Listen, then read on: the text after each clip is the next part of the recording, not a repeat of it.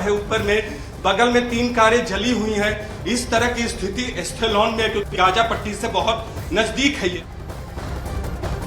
Israel Hamas जंग के बीच पहली बार अमेरिकी हथियार इजराइल पहुंच चुके हैं। अमेरिकी जहाज हथियार लेकर पहुंच चुका है यहां पर, और अमेरिका इसके पहले ही इजराइल को जंग में मदद करने का ऐलान भी कर चुका है। हथियारों के स्तर पर उसने क्लियर कर दिया है कि वो इजराइल के साथ है। अब हथियार पहुंच चुका है, यानी इस जंग की स्थिति और कितनी भयावह हो सकती है आप इससे ही समझ सकते हैं, क्योंकि हथियारों के लिहाज से रूस और अमेरिका के बराबर या उसकी तुलना के कोई देश नहीं है। लेकिन अगर ये इजराइल को ये हथियारों की खेप पहुंचा रहा है तो ये युद्ध और लंबा खींचेगा।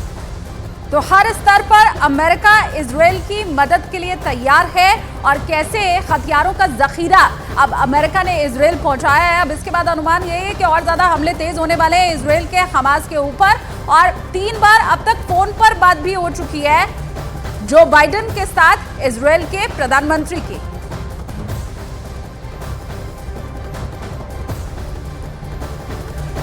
इजराइल और फिलिस्तीन की जंग में जहां हमास के समर्थन में तमाम देश आए हैं, वहीं इजराइल पर अलग अलग तरीकों से हमलों को अंजाम दे रहे हैं। वैसे इजराइल के साथ अमेरिका आ चुका है और समंदर के रास्ते अपने कैरियर स्ट्राइक ग्रुप पहुंचा चुका है। आपको बताते हैं कि इस कैरियर स्ट्राइक ग्रुप में कौन कौन से जंगी जहाज हैं और वो किस रास्ते से भूमध्य सागर में पहुंचे हैं। अमेरिका जो जंगी जहाज पहुंचा रहा है, इजराइल वॉर में अमेरिका की एंट्री हुई, और कैसे कैरियर स्ट्राइक ग्रुप में एयरक्राफ्ट कैरियर ज़ेपल R4 CVN 78 ये एक यहां से पहुंचाया गया और यहां से एंट्री हो रही है। देखिए ये इस तरीके से जो है इजराइल तक पहुंचाया जा रहा है। तो अगला Ticonderoga class cruiser USS Normandy CG-60 एक ये जो है कैरियर स्ट्राइक ग्रुप ये पहुंचाया गया।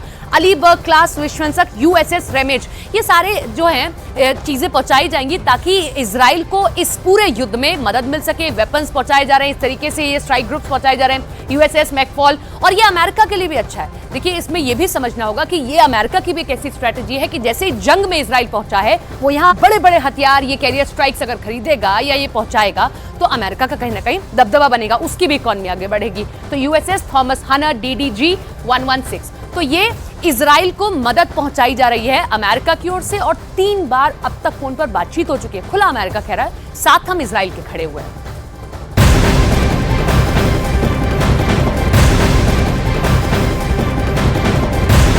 इजराइल के प्रधानमंत्री नेतन्याहू ने अमेरिका के राष्ट्रपति जो बाइडेन से फिर बातचीत की है। नेतन्याहू ने जो बाइडेन से तीसरी बार फोन पर बात की और इजराइल के साथ खड़े होने पर अमेरिका का धन्यवाद उन्होंने दिया। नेतन्याहू ने हमास की बर्बरता की जानकारी जो बाइडेन को दी है। नेतन्याहू ने ट्वीट किया है और जानकारी ये दी है कि मैंने जो बाइडेन को बताया कि हमास ISIS से भी बदतर है। हमास ने बच्चों महिलाओं पर अत्याचार किया, ये तमाम बातें जब नेतन्याहू की जो बाइडेन से फोन पर हुई तो उन्होंने ये जानकारी दी, और ISIS से न सिर्फ तुलना की बल्कि ये कहा कि ISIS से भी बदतर हमास है, क्योंकि जिस तरह से क्रूर तरह से हिंसक तरह से वो निशाना बना रहा है इजराइल के आम नागरिकों को, वैसा तो शायद ISIS भी नहीं करता।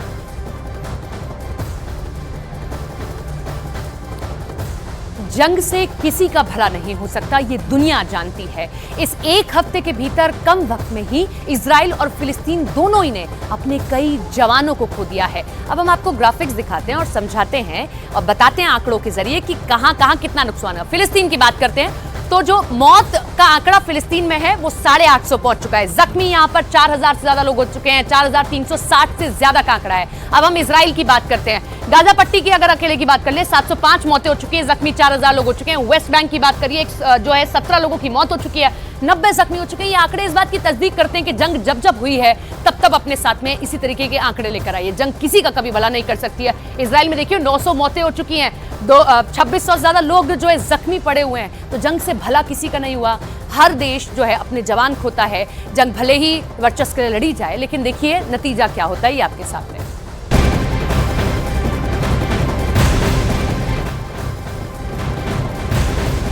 इजराइल लगातार गाजा पर हमले कर रहा है। हमले में कई इमारतें इस वक्त तबाह है। गाजा में 700 से ज्यादा लोगों की मौत हो चुकी है, जबकि इजराइल में 1200 लोगों की मौत की इस वक्त खबर है।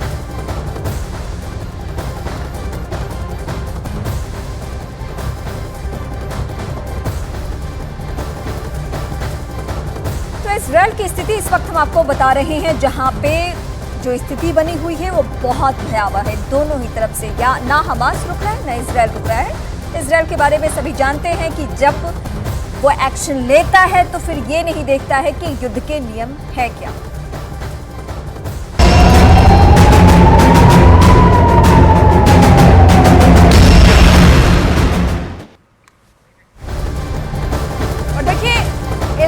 वॉर जोन से न्यूज 18 इंडिया की टीम लगातार हर अपडेट आप तक पहुंचा रही है और इन मुश्किल हालातों में भी न्यूज 18 की टीम डटी हुई है। हमारे संवाददाता नीरज कुमार युद्ध की हर खबर जंग के मैदान से इस वक्त आप तक पहुंचा रहे हैं और इस बीच वहां लगातार युद्ध के सायरन बज रहे हैं। कल अश्कलोन में न्यूज 18 टीम की जाबाज रिपोर्टिंग के दौरान भी सायरन बजा और सायरन बजने के बाद न्यूज 18 की टीम को एक घर के अंदर बने बंकर में भागकर जाना पड़ा।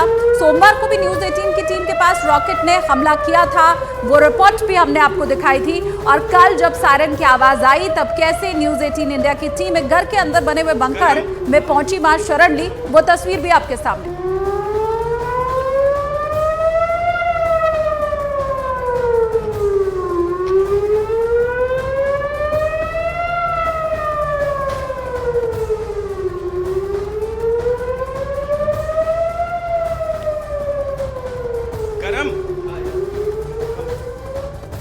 देखिए, ये सायरन मिसाइल से पहले बजता है और जहां हम खड़े थे वहां मिसाइल गिरा हुआ था। जैसे ही ये सायरन बजा 30 सेकंड के अंदर हमें भागना होता है ताकि सेफ जोन में आ जाए। आप देख सकते हैं यहाँ जो तमाम लोग हैं ये ऊपर से सेफ जोन में आ गए हैं।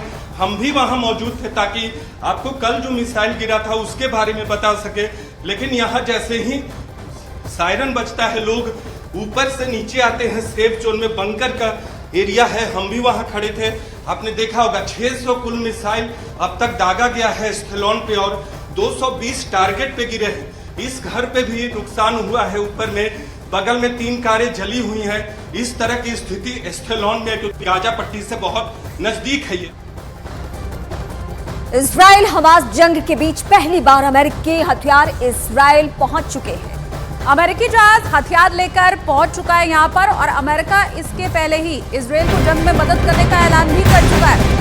हथियारों के स्तर पर उसने क्लियर कर दिया है कि वो इजराइल के साथ है। अब हथियार पहुंच चुका है, यानी इस जंग की स्थिति और कितनी भयावह हो सकती है आप इससे ही समझ सकते हैं, क्योंकि हथियारों के लिहाज से रूस और अमेरिका के बराबर या उसकी तुलना के कोई देश नहीं है। लेकिन अगर ये इजराइल को ये हथियारों की खेप पहुंचा रहा है तो ये युद्ध और लंबा खींचेगा। तो हर स्तर पर अमेरिका इजराइल की मदद के लिए तैयार है और कैसे हथियारों का जखीरा अब अमेरिका ने इजराइल पहुंचाया है। अब इसके बाद अनुमान यही है कि और ज्यादा हमले तेज होने वाले हैं इजराइल के हमास के ऊपर। और 3 बार अब तक फोन पर बात भी हो चुकी है जो बाइडेन के साथ इजराइल के प्रधानमंत्री की।